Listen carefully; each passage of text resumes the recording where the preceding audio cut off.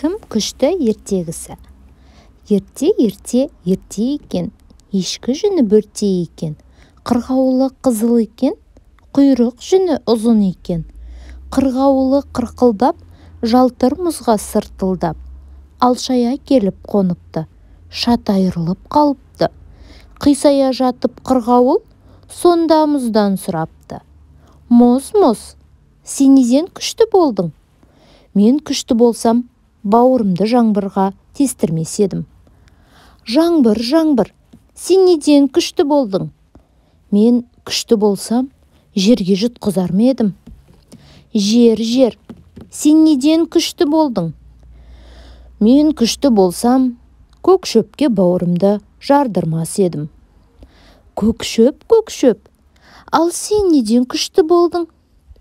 Мен күшті болсам, көк тоқты мойнымнан жұлқымас еді.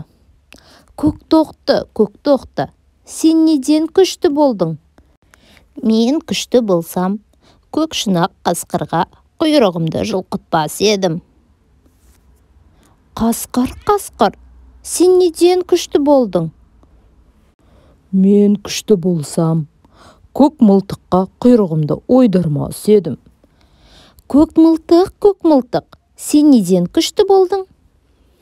Мен күшті болсам, қоңыр шолақ тышқанға білтемді қидырмас едім.